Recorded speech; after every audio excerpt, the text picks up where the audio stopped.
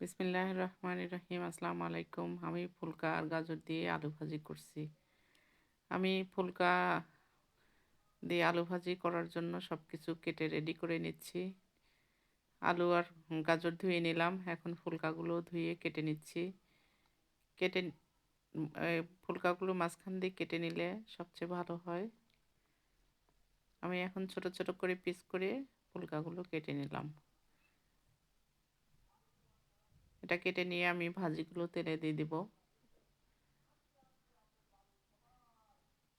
এই সময় ফুলকা খুবই বেশি পাওয়া যায়।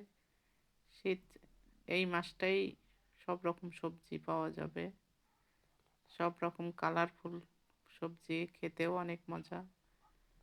আমি ফুলকাগুলো কেটে নিলাম। ফুলকা দিয়ে ভাজি করলে, আলু ভাজি করলে অনেক মজা হয়। একবার হলে আপনারা করে খেয়ে দেখবেন। যারা কখনো খায়নি তারা বুঝতে পারবে না, যারা খেয়েছে তারা তো জানেই কেমন। তা আমি পেঁয়াজ কেটে নিচ্ছি। পেঁয়াজগুলো কেটে নিয়ে আমি এখন চুলাইতে কড়াই দিয়ে দিয়েছি। কড়াই দিয়ে এখন আমি ভাজিটা তেলে দিয়ে দিব। পেঁয়াজ, কাঁচামরিচ, তেজপাত দিয়ে দিছি।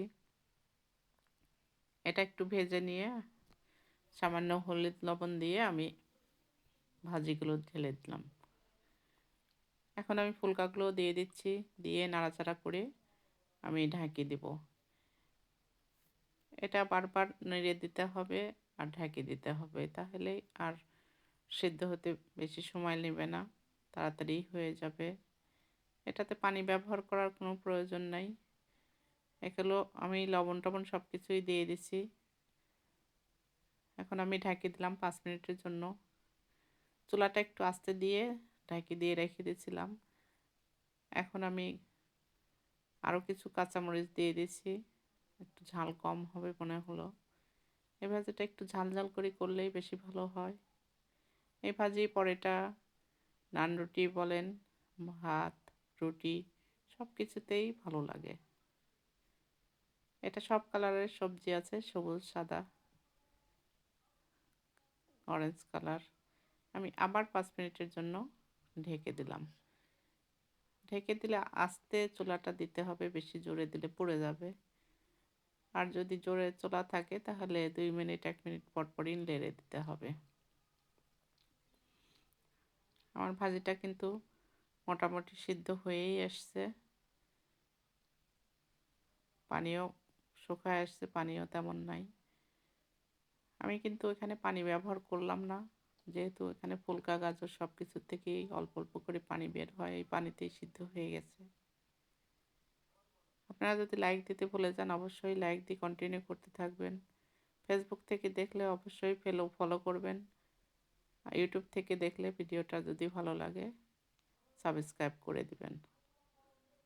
দেখেন আমার ভাজিটা অলরেডি হয়েই গেছে।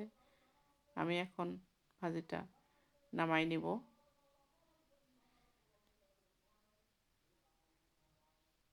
শীতের সময় সব রকম ভাজি খেতে খুবই মজা লাগে।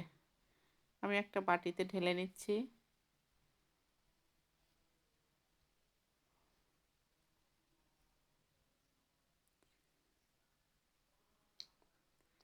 একদম গরম গরম ভাজি খেতে সব কিছুর সঙ্গেই মজা হবে। আপনারা ভালো থাকবেন, আমার জন্য দোয়া করবেন। আল্লাহ হাফেজ, শুভরাত্রি।